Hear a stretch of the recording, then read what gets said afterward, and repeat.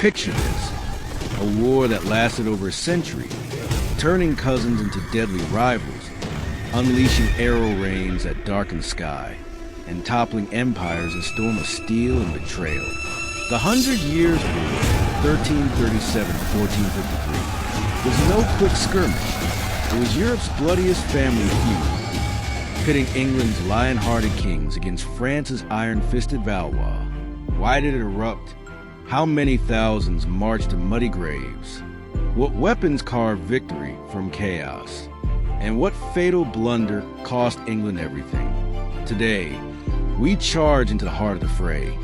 Heroes, horrors, and the thunder hooves that echo for generations. If epic history fires your blood, smash like and subscribe. Let's unsheathe the truth. Beneath the glittering courts of 14th century Europe simmered old grudges.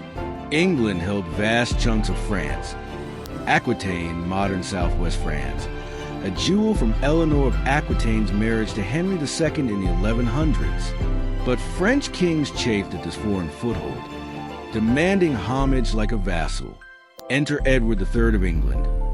Grandson of Francis Philip IV through his mother Isabella, he eyed the French throne as his birthright. The spark? In 1337, Philip VI of France, fearing Edward's growing power, seized Aquitaine outright. Edward fired back. "That throne is mine!" He declared war, allying with Flanders' barons, who hated French taxes, and Scotland's foes. Tensions over trade routes, feudal oaths, and royal egos boiled over. This wasn't just land. It was a clash of crowns, where one king's ambition lit Europe's longest war. Imagine the dread. Messengers galloping through storm-lashed nights, summoning knights to banners fluttering in the wind. Neither side fielded massive conscript hordes like modern wars. These were feudal levies, mercenaries, and noble retinues mustered for campaigns, not standing armies.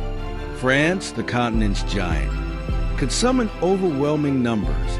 At Crécy, 1346, Philip VI hurled 30,000 to 40,000 men, mostly heavy knights and crossbowmen, against Edward's lean force. By the war's end, Charles VII reformed France's army into a professional corps of 10,000 to 15,000, companies d'ordonnance, backed by urban militias swelling totals to 50, 000 plus, four key pushes like the reconquest of Normandy. England, resource-strapped but ruthless recruiters. Edward III invasions peaked at 10,000 to 15,000, half archers, a third men-at-arms, rely on long-term contracts and Welsh levies via costly fleets. Visualize it. Vast French columns snaking through vineyards, trumpets blaring. English longships disgorging steel-clad raiders onto Normandy's cliffs, outgunned but unbreakable. This war birthed the Middle Ages' deadliest toolkit, evolving from chivalric brawls to gunpowder grimoires. English longbows use shafts 6-foot draw, rain death at 250 yards, piercing plate armor like paper. Crécy saw 5,000 arrows per minute, turning French knights into pincushions. Swords, arming blades, falchions for hacking, lances for cavalry thunder, and poleaxes for foot melees dominated close quarters. French countered with Genoese crossbows, slower but piercing, and heavy cavalry. Destriers charging in wedges, lances leveled like forest spears. By 1400s, both sides unleashed early gunpowder, ribaldequins, multi-barrel organs of death, at Formigny 1450, handheld culverins at Cassillon 1453, mowing down Talbot's veterans.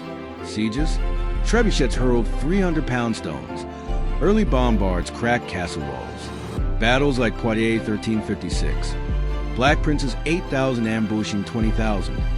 Capturing King John II or Orleans 1429. Joan's ragtag host breaking English siege with divine fury. Envision the roar. Hooves pounding earth. Bowstrings snapping like whips. Gun smoke choking the dawn as empires bled on rain-soaked fields. England's Plantagenet lions roared loudest under Edward III. R. 1327-77, the war's architect, mastermind of Crécy, who claimed France's lilies on his shield. His son, Edward the Black Prince, 1330-76, was a battlefield ghost, Victor Poirier, where he snared France's king like a fox in a trap. Henry V, R. 1413-22, revived the flame, Agincourt's miracle maker, conquering Normandy before dysentery claimed him at 35.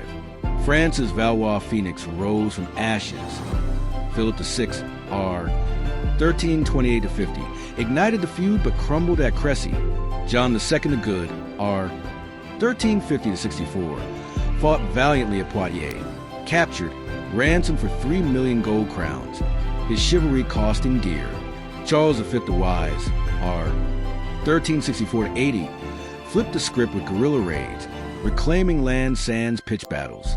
Charles VII, R. 1422-61, the Dauphin turned king, owed his crown to Joan of Arc, 1412-31. The peasant visionary who rallied Orleans, her banner a beacon amid routes. Leaders like Bertrand du Guesclin, French constable, scorched earth tactician, and John Talbot, English earl, Castillon's doomed charger, turned fields to graveyards. These weren't faceless foes. They were armored titans, their rivalries etching legends in blood and ballad. England dominated early. Crécy, Poitiers, Agincourt, like a predator toying with prey. But hubris and overreach sowed their downfall. First blunder. Henry V's untimely death in 1422 left a baby. Henry VI on the throne. Weak regents bickered while France healed. England garrisoned vast territories, Normandy, Aquitaine, but couldn't hold them. Stretched supplies crumbled under French hit-and-run raids by Charles V captains. The killer gaff? Ignoring gunpowder's roar. At Castillon, 1453, Talbot's 5,000 veterans, old lions, charged 7,500 French on the Jean Bureau's artillery park. Cannonballs shredded ranks like harvest scythes. Talbot, unhorsed and defiant, fell amid the smoke. England clung to chivalry, knights dismounting for honor, while France modernized, standing armies, taxes funding pros over feudal mobs. Internal woes sealed it. Wars of the Roses, 1455-87, erupted from war-weary nobles' feuds, siphoning gold from French fronts. Imagine Talbot's fury, waves crashing on iron, only to shatter on fortified guns, as England's dream of dual crowns dissolved in powder flash. Victory's illusion masked apocalypse. England lost all continental lands bar Calais, held till 1558. Aquitaine, Normandy, Maine, gone. Slashing will trade and wine revenues by 80%. Financial hemorrhage? For the 5 million crowns and ransoms. Taxes sparking peasant revolts like 1381's Great Uprising. Human cost. 2,000 to 3,000 English knights dead. Thousands more archers in unmarked graves. France tallied 100,000 plus slain. Broader wounds? National trauma birthed the Wars of the Roses. Dynastic knives out among exhausted lords. Yet silver linings. War home professionalism. Longbow legacy inspired archer laws. England's navy. Forge and channel slogs eyed colonies. France emerged unified. Valois throne unchallenged, paving Renaissance roads. Visualize the aftermath. Ghost towns echoing with unfired arrows. Kings counting ghosts instead of crowns.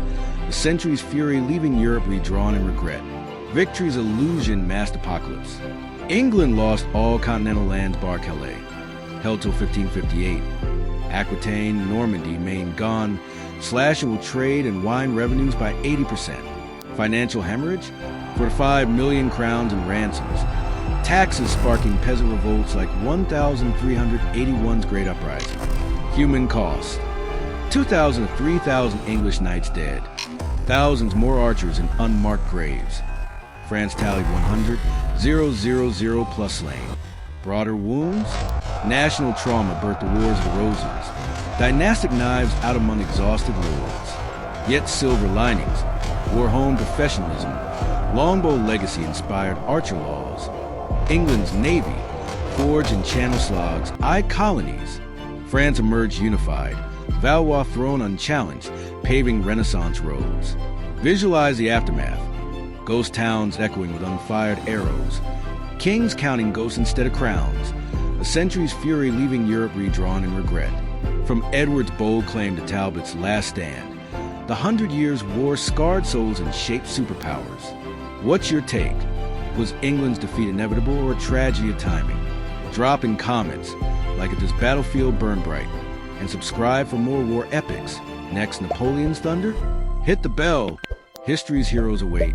Thanks for riding the storm. Stay legendary.